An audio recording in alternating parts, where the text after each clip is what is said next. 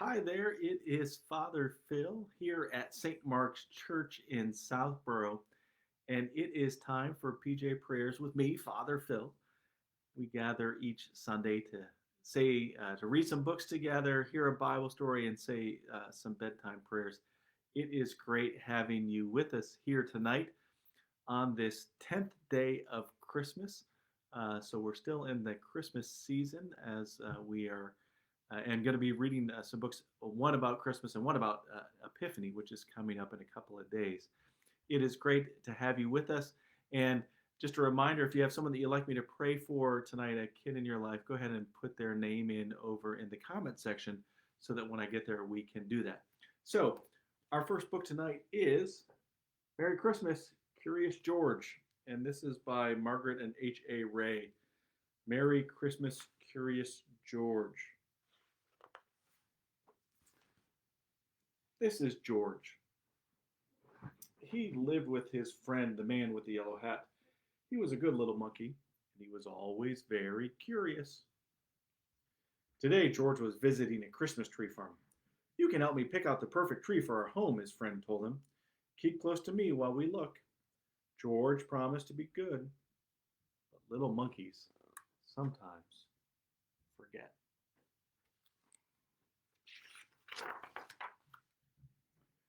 Christmas tree farm had more trees than George had ever seen. He found a very nice one right away. But then another one caught his eye, and then one more, and then another.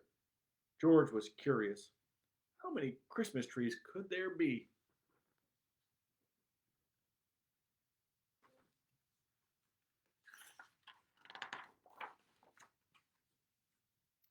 George could not resist climbing up the tallest tree in order to get a better view. He looked for the man with the yellow hat, but his friend was nowhere in sight. Two men tromped into the clearing. There's our tree, one man told the other. The men cut down the tree and loaded it onto the truck. That's a big Christmas tree.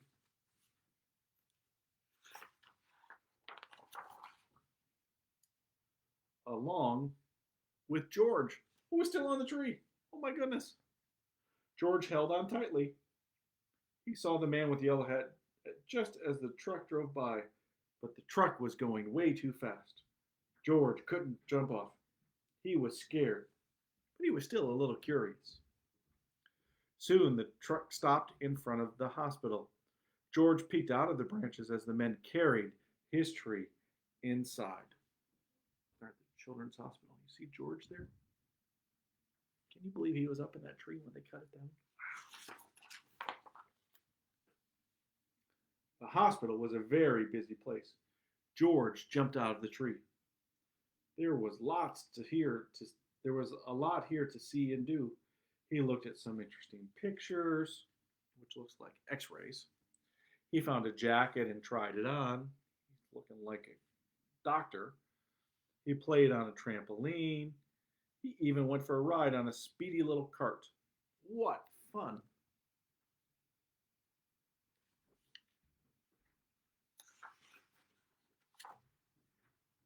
Then George spotted something very interesting.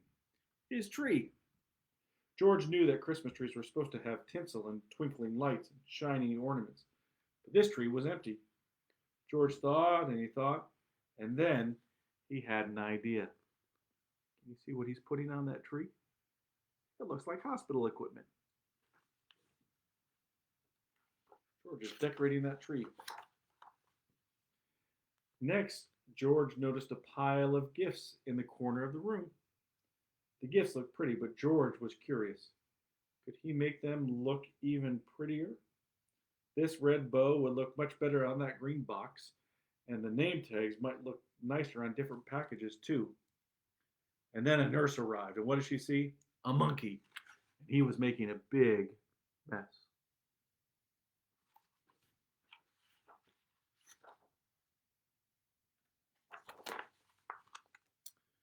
A group of children crowded around the nurse.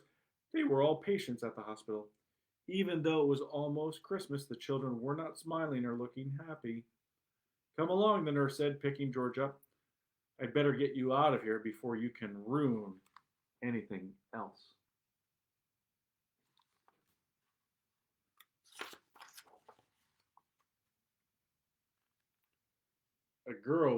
class stared at George's tree, and suddenly she giggled. "Look," she said, "it's my x-ray." A boy laughed. "And there's the balloon from my room."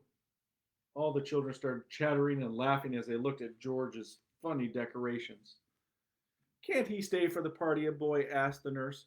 "We don't mind about the gifts. It will be fun to sort them out." "Please let him stay, please," the other children chimed in.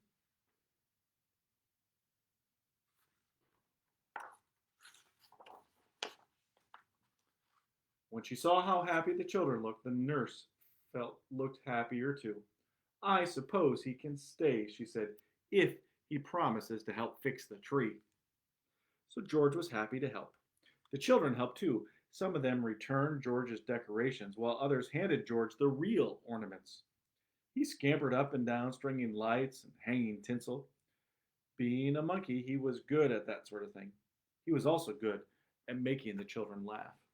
You can see there that he looks like he's juggling the ornaments with his feet.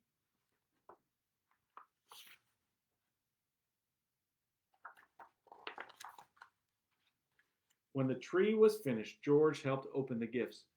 He was having such a good time that he completely forgot that he was lost. Until the man with the yellow hat hurried into the room. "There you are, George," he said. "I followed that truck all the way here." George was very happy to be reunited with his friend.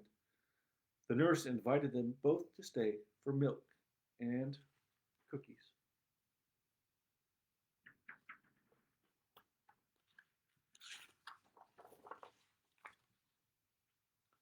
"Ho, ho, ho! Did someone mention milk and cookies?" A man in a red suit walked into the room, his belly jiggling. He was holding a beautiful gold star. George's eyes widened. It was Santa Claus. "Who would like to put the star on top of the tree?" Santa asked. "George!" the children cried out together. "Let George do it." So George scurried up the tree one last time, and he put the golden star in place carefully. "Merry Christmas, Curious George." And that is the end of our story. Merry Christmas, Curious George.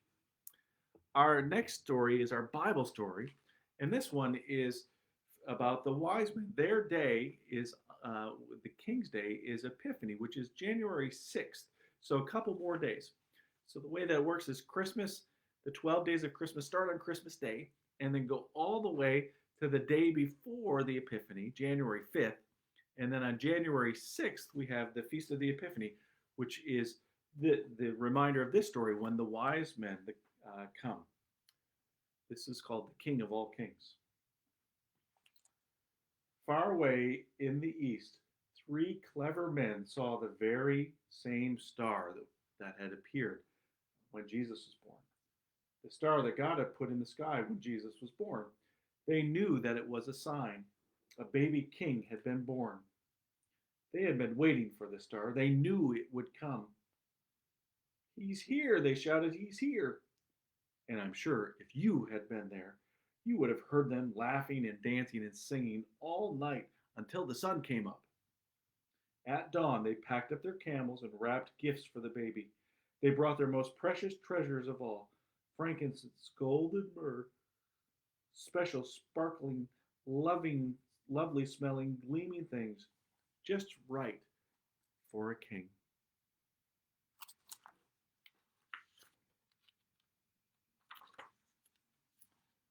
The three wise men, actually, if you'd met them, you'd have thought they were kings because they were so rich and clever and important looking. Well, they had set off. They rode their camels across endless deserts, up steep mountains. Whew, I dropped the book. Down into deep valleys, through raging rivers, over grassy plains, night and day and night, for hours that turned into days, that turned into weeks, that turned into months and months, until at last they reached Jerusalem. Now, Jerusalem was by far the most important city for miles around, and as anyone can tell you, that's where a palace would be, and kings are born in palaces. So that's where they went. But they were in for a surprise. They went in to see King Herod. Surely he'd know where this baby was, but he didn't. In fact, he didn't like the sound of a new king. It made him mad. He didn't want anyone to be king except for him. But Herod's advisors told the three wise men what was written in their books, what God had said about the baby king. Go to Bethlehem, they said. That's where you'll find him. Suddenly, the star that they had seen in the east started moving, showing them the way. So the three wise men followed the star out of the big city, along the road into the little town of Bethlehem. They followed the star through the streets of Bethlehem, out of the nice part of town, through the not so nice part of town, into the really not so nice part of town, down a little dirt road until it stopped right over a little house. But wait, it wasn't a palace, and there weren't any guards or servants or flags or red carpets or trumpets or anything. Did they get it wrong? Or was this what God meant? Sure enough, in that little house, there sitting on his mother's knee, they found him, a baby king. The three men knelt before the little king. They took off their rich royal turbans and gleaming golden crowns. They bowed their noble heads to the ground and gave him their sparkling treasures. The journey that had begun so many centuries before had led three wise men here to a little town, to a little house, and to a little child. To the king that God had promised David all of those years before. But this child was a new kind of king. Though he was the Prince of Heaven, he had become poor. And though he was the mighty God, he had become a helpless baby. This king hadn't come to be the boss. He had come to be a servant.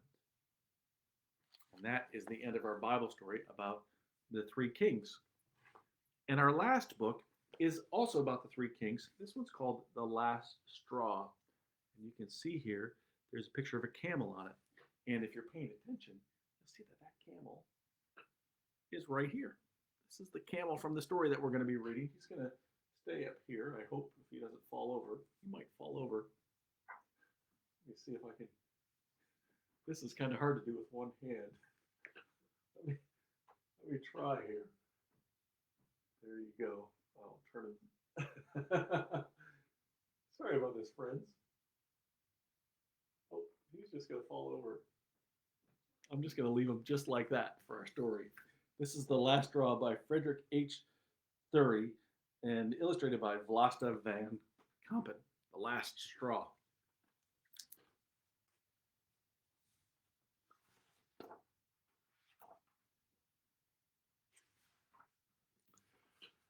Hushmakaka, the old camel, was asleep in the desert night. He dreamed of all the water in the world and a hump that would hold an entire sea.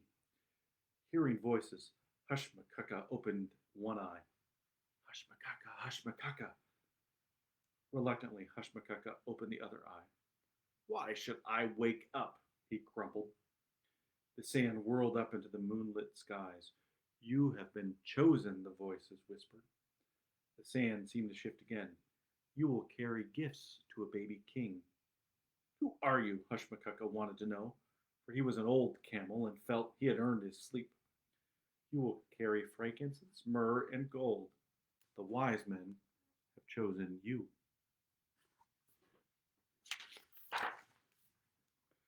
Hushmakaka got up very slowly. Why me? If these men are so wise, don't they know about my joints, my gout, my sciatica? What did you say I am to carry? How much will it weigh? Besides, I have other commitments. There's a water drinking competition in Rangal. Then I really must go to the cud chewing convention in Beamish. The sand blew furiously, cutting into the black night. Hushmakaka was startled and decided he had better do as the voices said. Who knew what made the sand move like creatures with great wings? When do I start? He asked carefully. Today. With that, the sand voices disappeared, and it was morning.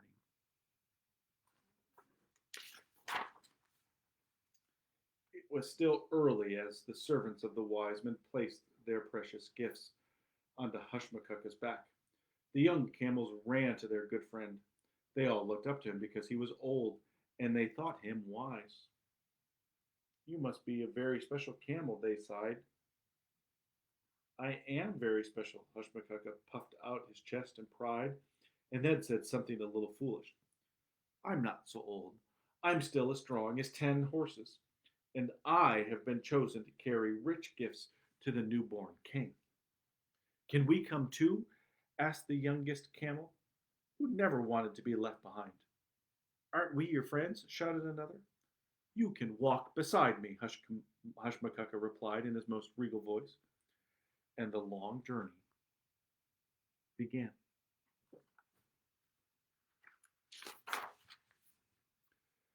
At noon, a herd of mountain goats came into view.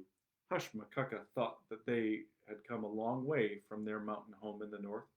What is it you want? Hushmakaka called out. We have heard tell of the new king who is to be born. Please take our humble gift with you. It is milk for the king. You want me to carry milk? Hushmakaka sputtered in shock.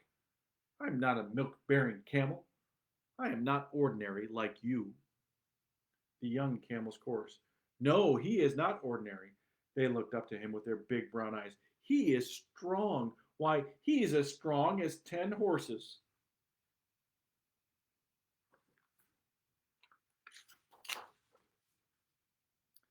Hushmakaka muttered to himself, my joints, my gout, my sciatica. Aloud, he said grandly, give me your gift.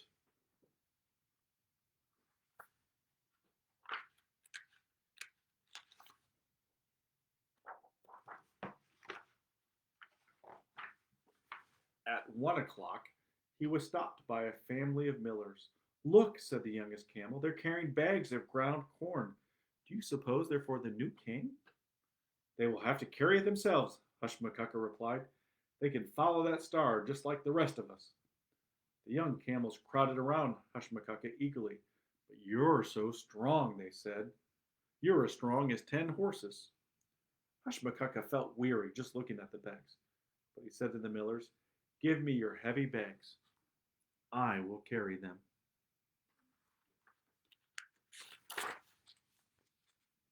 At 2 o'clock the next day, young ladies gave Hushmakaka their fine silks. At least the cloth doesn't weigh anything, he thought. At 3 o'clock, an old man in fine clothes gave him 2 rare birds in silver cages. At 4 o'clock, some merchants gave him pillars of oak that came all the way from Lebanon. At 5 o'clock, a group of bakers gave him their finest sweetmeats and pastries.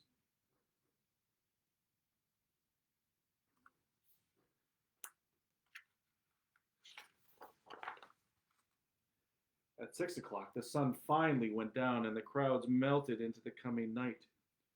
Hushmakaka gratefully sank into the sand. In the kind darkness, he didn't have to pretend he was as strong as 10 horses. Hushmakaka became aware that it didn't seem as dark as usual. He looked up and saw the splendor of the skies and the special brightness of the star he had been following. He fell asleep wondering about the sand voices and the wings he had thought he could almost see.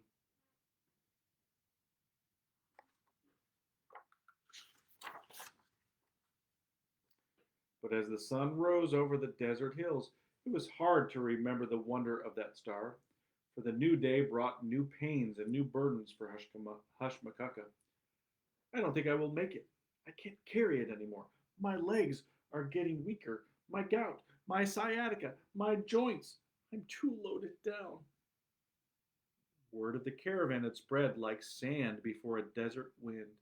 People lined the route holding up their gifts for Hushmakaka to take to the baby king. There were jars full of honey and baskets of money. There were jewels and beads and large rolls of leather. And last but not least, there were 20 gallons of wine. Hushmakaka moaned to himself. This will bring me to ruin, this fruit of the vine.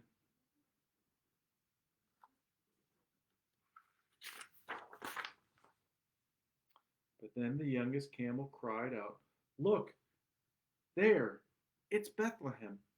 You've made it, Hushmakaka. You're as strong as 10 horses." Hushmakaka knew he could just do it if he did not stop until he arrived at the spot beneath the star. He could. He knew he could. And just then, out of the growing darkness, a small voice said, "I have a gift for the baby."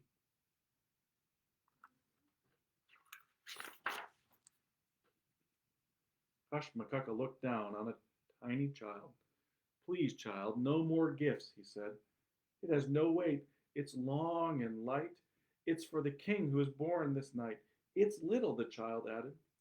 "Too little is too much," Hushmakaka whispered. "Didn't I hear them say you were as strong as 10 horses?" asked the child. "Well, yes, I am, sort of. But my joints, my gout." Hushmakaka looked into the child's eyes and his heart melted.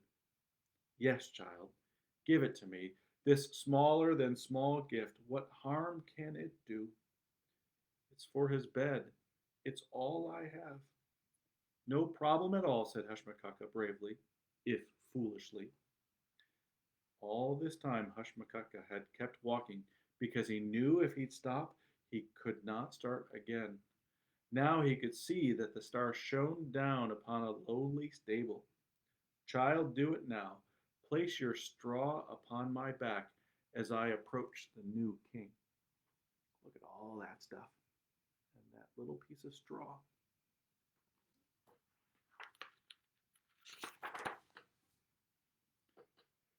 Hushmakaka entered the stable. "My knees are loosening, my legs, they wobble, my back is breaking. Will this last straw cause me to fall?" And with that, Hushmakaka fell to his knees.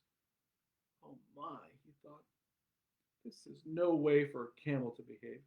They will say that Hushmakaka, the weak camel, Hushmakaka, the proud camel, should not have traveled so far." The wise men noticed Hushmakaka, and quickly they too knelt. "They're mocking me now, falling on their knees, heads bent over like gnarled old trees."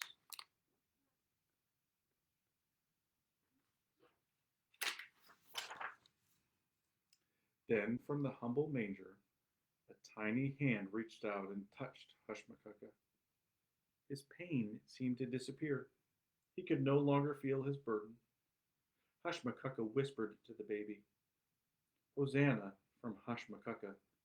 Accept these gifts kindly. They come from far and wide, brought by a beast who once acted blindly." From that time on, there was no burden, great or small, that Hushmakaka would not gladly carry. And that is the end of The Last Straw, the story of Hushmakaka. Here he is, carrying some of his stuff.